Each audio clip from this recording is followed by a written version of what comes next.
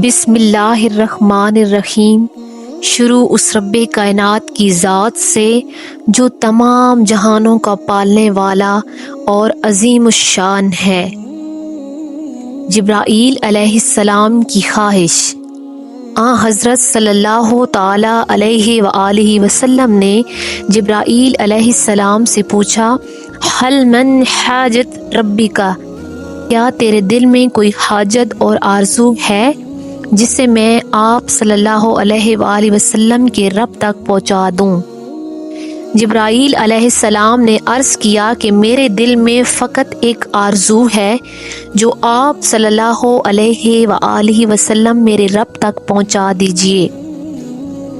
وہ یہ کہ قیامت کے دن جب آپ صلی اللہ علیہ وآلہ وسلم کی گناہگار امت پل صراط سے گزرنے لگے اور گزرتے وقت اس کے قدم لڑکھڑانے لگیں تو باری تعالیٰ مجھے اس امر کی اجازت دے دیں کہ میں آپ صلی اللہ تعالیٰ علیہ وآلہ وسلم کی امت کے لیے پل صراط پر اپنے پر بچھا دوں تاکہ وہ سلامتی سے گزر سکے۔